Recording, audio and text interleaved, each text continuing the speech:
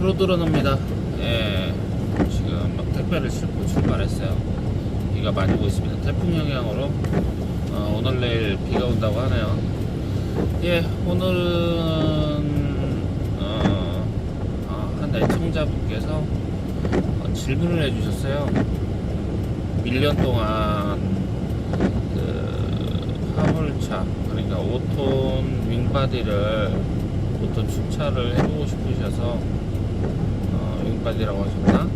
그건 정확하게 저도 지금 기억을 5톤 축차를 해보고 싶으셔서 1년 동안 준비를 하셨는데 그래도 막막하다, 어떻게 무엇부터 시작을 해야 될지 모르겠다라고 말씀을 하셔서 그거에 대해서 어떻게 했으면 좋겠냐 조언을 구하는 글이 저한테 올라왔었어요. 그래서 그거에 대해서 한번 얘기를 해볼까 합니다.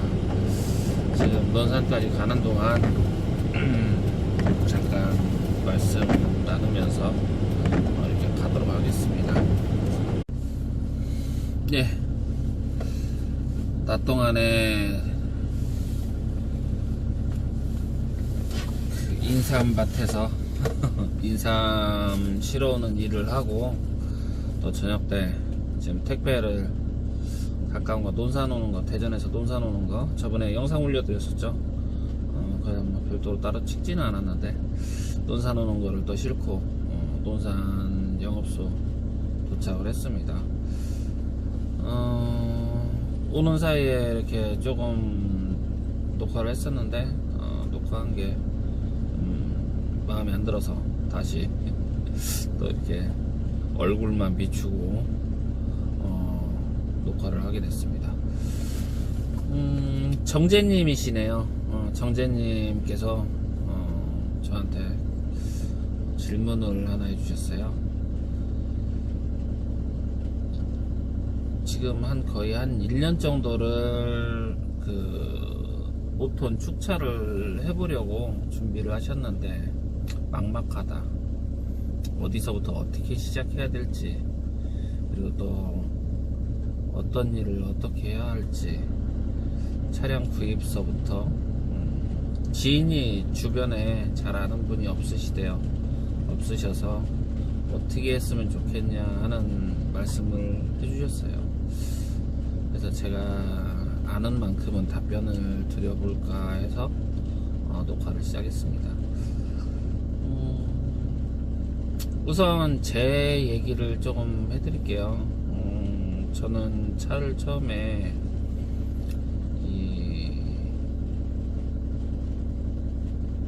영업용, 그러니까 내가 돈을 벌기 위해서 운전을 해야 되겠다라고 마음을 먹기까지 저도 정재님처럼 한 1년여를 생각을 했어요.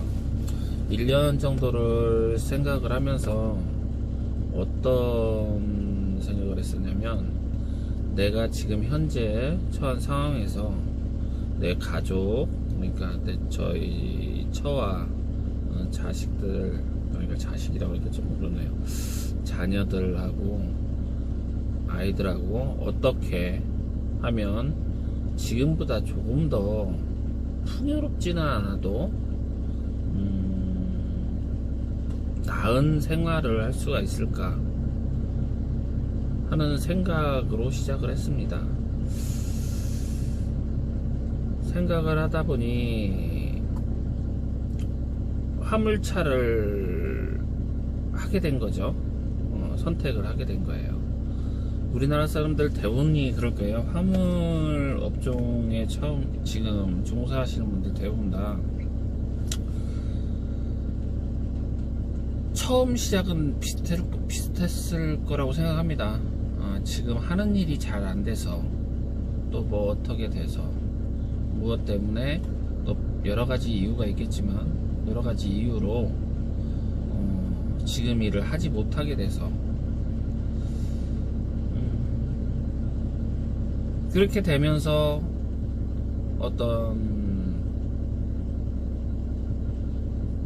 내가 갈 수 있는 길이, 찾을 수 있는 길이, 이거 정도 밖에 할 수가 없을 것 같다. 내가 할 수 있는 게 운전이니까 이쪽이 제일 좋지 않을까 하는 생각을 좀 많이들 하셨을 거예요. 그래서 어떤 분들은 그 택시 운전을 하시는 분도 계시고, 어떤 분들은 버스를 하시는 분도 계시고, 생각을 하셨던 분도 계실 거예요. 저 같은 경우는 그랬어요. 버스나 이런 버스 쪽에 하게 되면 여러 사람들을 이렇게 태우고 다니다 보면 그 안전사고라든지 이런 사고 문제가 일어났을 때 어떤 내 가족들한테 얼마만큼 또 문제가 생길 것이냐라는 부분도 생각을 안 할 수가 없었어요.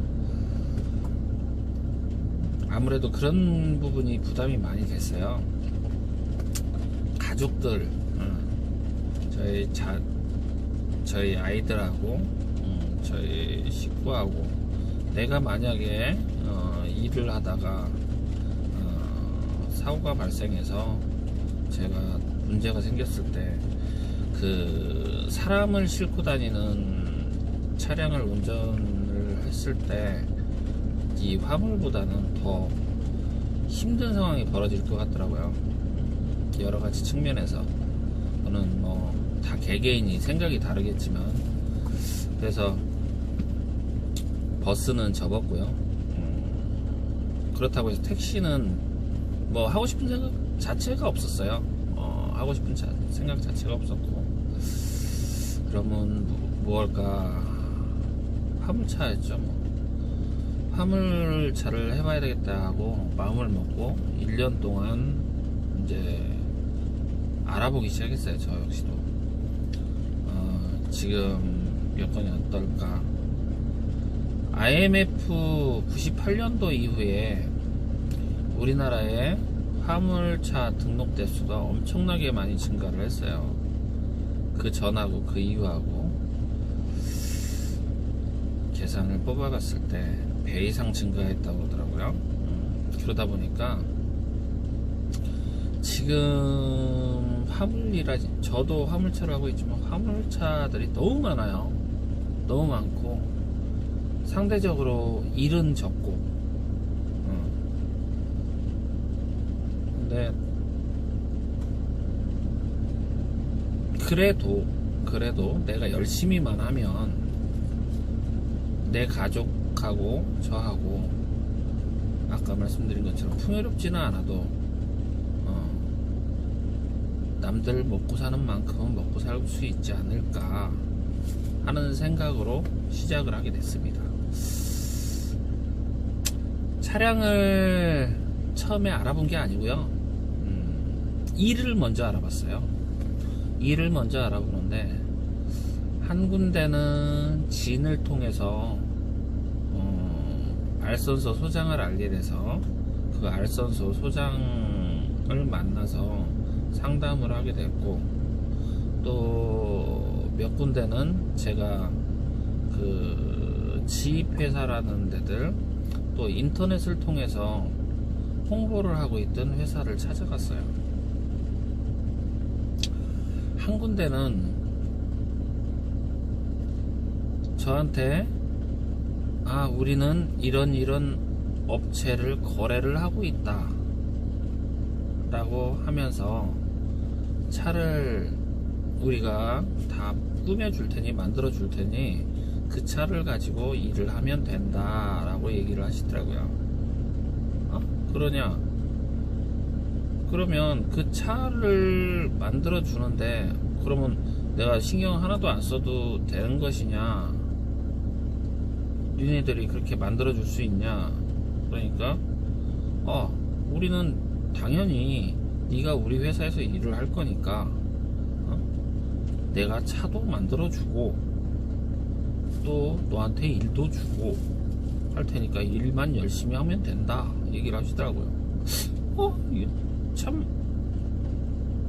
한편으로 생각하니까 너무 편한 거예요. 이 사람이 차도 만들어주고 나한테 왜 차를 만들어주면서까지 일을 하라 그러지? 하는 생각도 들더라고요. 그래서 거기 상담을 마치고 나와서 또 한 군데를 찾아갔어요. 찾아가니까 거기는 뭐 차는 네가 준비를 해와도 되고 우리가 해줘도 되고 하는데, 되도록이면 네가 차를 해와라. 차를 해놓은 상태에서 얘기를 해야지. 그냥 이렇게 와서 상담만 하면 되지 않는다.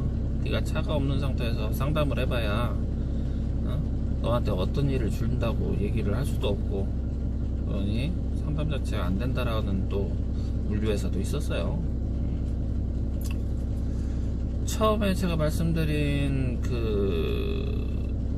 아는 지인을 통해서 알게 된 알선소 소장님이 하시는 얘기는, 내가 CJ 처음에는 뭐 저기 대전에 있는 애경산업 얘기를 하시더라고요. 거기를 취직은 아니죠. 그쪽에 일을 할 수 있는 자리를 지입을 넣어줄 테니까 거기서 일해보지 않겠냐. 대신 이제 카고차를 해야 되고, 그래서 저는 카고차는 하고 싶지는 않았어요. 처음에 시작할 때 카고차는 싫고 저는 윙바디 쪽으로 해보고 싶습니다 라고 얘기를 하니까, 그러면 CJ 쪽에 전국으로 물건을 실어 나르는 택배는 아니고요, 가공식품 쪽에 어떤 물건들을 나르는 그쪽 운수회사를 자기가 잘 아는데, 그쪽에 소개를 시켜줄 테니까 그럼 소개비를 500만원만 준비해라 라고 하시더라고요. 그래서 그러면 소개비는 그 전에부터 얘기를 들었어요. 어디 이렇게 소개해주면 소개비를 얼마 받고, 또 그 소개비를 가지고 그쪽에다 주고 이렇게 지입을 들어간다는 그런 것들을 많이 들었고, 또 그리고 이렇게 보면 차를 판매를 할 때 일을 하고 이렇게 같이 자기를 할 때 자기가 소속해 있는 지입사 거기에 넣어주는 조건으로 해서 차값에 플러스 알파 권리금처럼 그렇게 해서 붙여서 하시는 중고차를 판매하는 그런 것들을 광고도 많이 받고 했기 때문에 얘기도 들었던 거고 보기도 했었고 해서, 그러면 500만원이 들어가더라도 나한테 수입이 어느 정도만 보장이 된다 그러면 충분히 가능하겠다라는 생각을 했어요.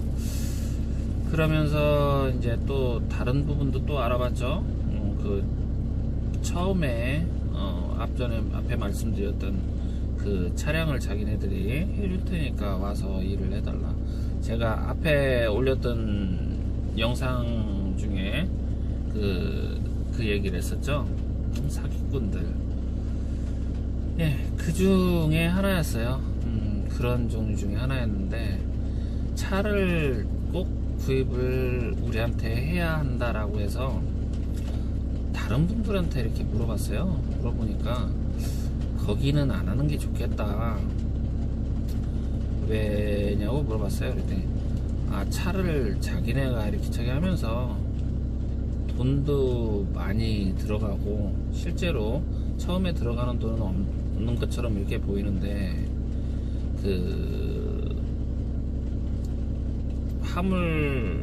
화물차를 통해서 업을 많이 해서 거기에서 돈 1000만원씩 손해볼 수도 있고, 그건 안 하는 게 좋다 라는 얘기를 들었어요. 그래서 다시 한번 저도 가서 물어봤죠. 왜 저한테 차를 굳이, 제가 차를 사서 들어오면 안 됩니까? 그러니까 그거는 절대 안 된다. 그럼 딴 데 가서 일해라. 차를 네가 마음대로 하고 네가 차를 마음대로 했으니까 다른 데 가서 일을 해라. 우리는 일을 못 준다. 그렇게 할 경우에는 일을 못 주겠다 라고 얘기를 하더라고요. 그래서 여기가 말로 그 지인한테 들었던 그런 업체가 맞나 보다라는 생각이 들더라고요.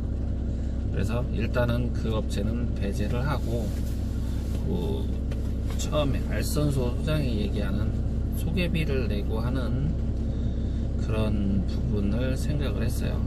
그런데 지인들 얘기로는 또 그 화물 어플, 알선 어플로만 잡고 다녀도 당장에 먹고 사는 데는 지장이 없을 거라는 얘기를 들었거든요. 근데 그때 당시에는 뭐 그랬어요. 실제로 저도 하면서 매출을 지금보다 더 많이, 지금 이렇게 제 고정 일을 갖고 있으면서도 고정 일하고 이렇게 택배를 하고 또 콜도 잡고 이렇게 다닐 지금보다도 매출이 더 많았었으니까요.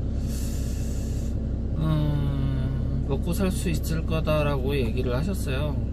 근데 먹고 사는 게 중요하죠. 중요한데 이거 한 번도 안 해봤던 생초자가 이거 콜만 잡고 다닌다는 게 상당히 부담이 되는 거예요.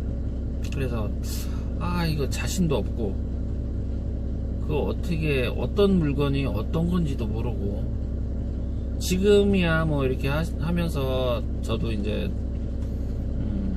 콜만 이렇게 뜨는 업체, 콜 띄우는 업체 이름만 보든 아니면 콜 띄우는 형식만 봐도 이거 대충 어떤 물건이다라는 게 판단이 쓰고, 또 이거 내가 실을 수 있다, 실을 수 없다라는 그런 판단이 어느 정도는 쓰거든요. 근데 처음에는 그런 게 없잖아요. 모르잖아요. 그래서 이거는 좀 지금 당장에는 아닌 것 같고 나중에는 이렇게 해도 되겠다라는 생각은 했어요. 그래서 최종적으로 결론 낸 게 그러면 여기 알선소를 통해서 이렇게 해야 되겠다 하고 그 알선소를 다시 한번 찾아가게 됐어요. 소장을 만나서 얘기를 하니까 소장이 자기 옛날에 일을 했던 거를 이렇게 보여주면서 나도 내가 소개시켜 주려고 하는 업체에서 일을 했었는데 그 업체에서 나는 매출을 이만큼 올렸다 해서 이렇게 보여주더라고요. 보여주면서 얘기를 해요. 네가 500만원 주는 거 아깝지 않게 해줄게. 어떻게 차는 알아봤냐? 그래서 지금 알아보려고 하고 있다라고 얘기를 하니까, 그럼 내가 소개를 그 자동차, 대우자동차나 아니면 현대자동차 쪽에 그 상용차 쪽 그 영업하는 사람을 소개를 해줄 테니까 한번 상담을 해봐라 이렇게 얘기를 하더라고요. 그래서 고맙죠. 제 입장에서 상당히 고마웠어요. 아는 사람도 없어서 이렇게 영업사원들이 속이지는 않을 거라고 생각을 하고 그 영업사원하고 통화를 하고 이렇게 저기 했는데 자기 차값에서는 속이지는 않더라고요. 차값에서 속이지는 않고 이제 전체 견적을 받았어요. 차값하고 이것저것 이제 윙바디하고, 저도 특장 쪽으로 뭐 아는 사람이 없다 보니까 뭐 차량도 몰랐는데 뭐 특장 쪽이라고 아는 사람이 있었겠어요.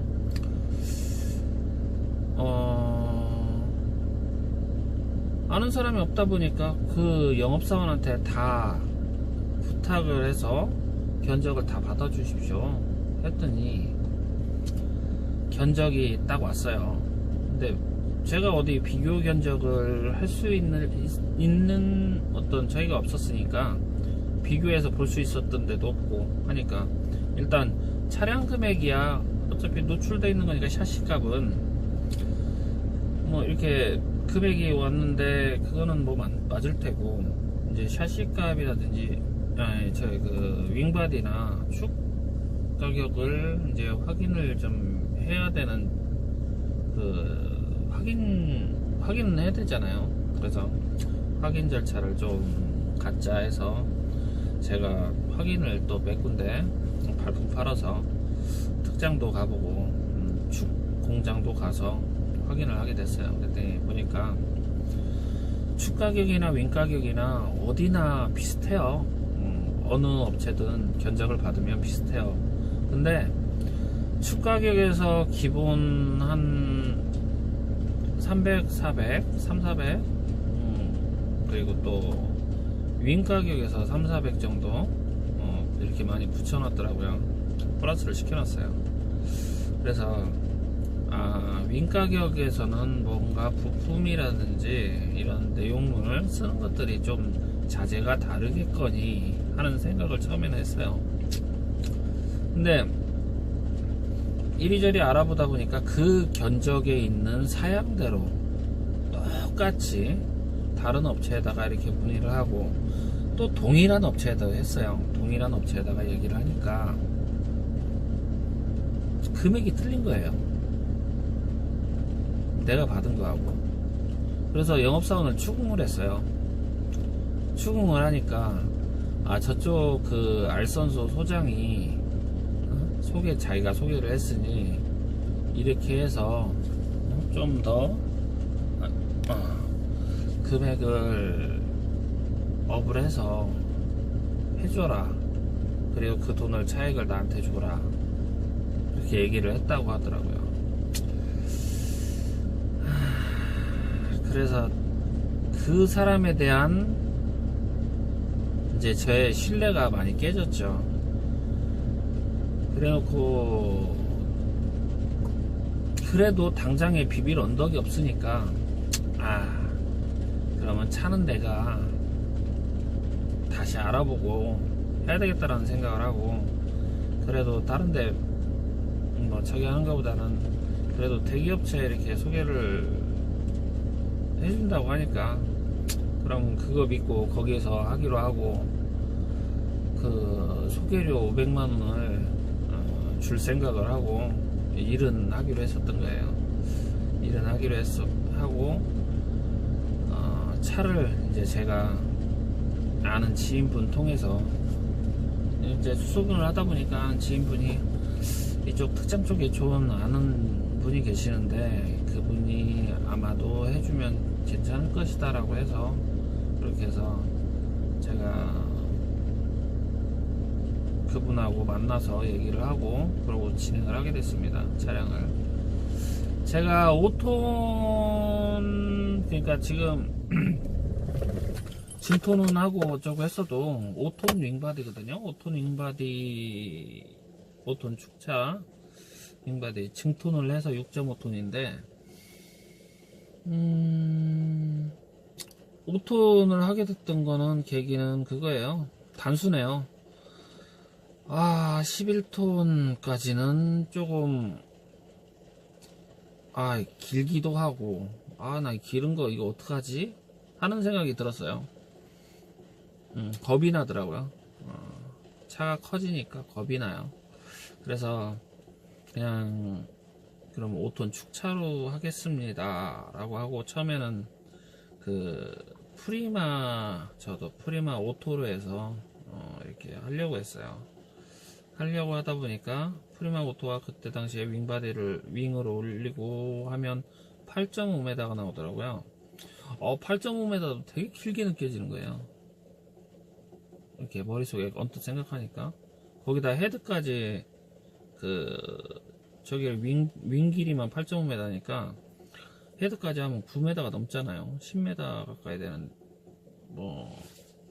10m죠. 10m 10m씩 되는데 이걸 어떻게 10m짜리 어떻게 끌고 다니지 하는 생각이 들더라고요. 근데 그 특장 그 이사님이 하시는 말씀이 차를 구입할 때 네가 지금 하고자 하는 일이 어떤 거냐 라고 물어보시더라고요. 그래서 저쪽에서 이렇게 얘기를 해서 16파레트가 들어가는 거로 하라고 그러는데 몇 메다가 필요하냐 그랬더니 9메다가 넘어야 된다고 그러더라고요. 난 지금 8m 50도 힘든데 9m짜리 어떻게 하냐 그 생각을 했어요. 근데 뭐 일을 해야 되니까 그럼 9m짜리 9m 이상이 되게끔 이렇게 차를 만들기로 했는데 그거에 딱 맞게 9m 20만 잘라주세요 그랬더니 특장 사장님, 이사님께서 하신 말씀이 아니다. 차를 왜 바보를 만드냐. 항상 차를 할 때는 그때 당시에 할 수 있는 최대한의 길이를 해야 나중에 네가 차를 바꿔서 이 차를 팔더라도 그 다른 사람들의 수요가 있을 수가 있지.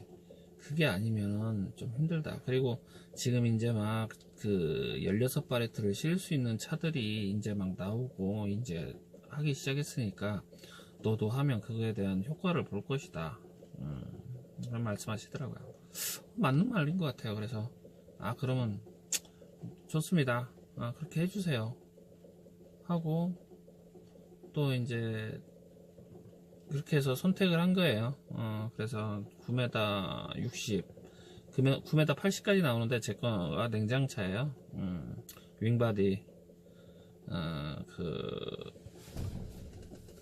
냉장차인데 그러다 보니까 20cm가 빠져서 9m 60입니다. 9.6m로 해서 차를 뽑게 된 거예요. 뽑아서 지금 일을 하고 있는데 9.6m 짜리 이렇게 뽑아서 그 이사님 얘기를 듣고 뽑아갖고 처음에 이렇게 만들기 시작했죠. 윙이 이제 샤시야 뭐 저기 군사 안에서 차를 갖다가 이제 그 저기를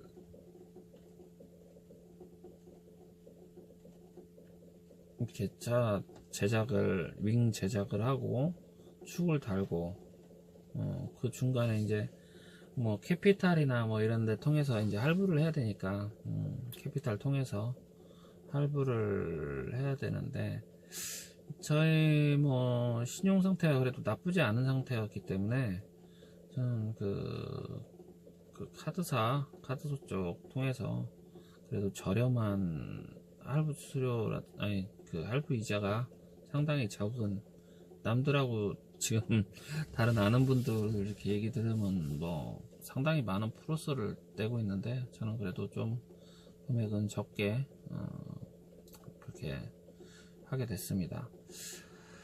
그렇게 해서 지금 차를 만들고 이렇게 하면서 다시 그 알선 그 소장님을 만났어요. 만나갖고 저기를 물어봤죠. 500만원을 언제 줘야 되냐 하니까 시작하기 전에 당연히 줘야 된다. 내일이라도 줘라. 그럼 내일이라도 그 사람 만나게 해서 이렇게 일을 하게 해줄게 라고 얘기를 하더라고요.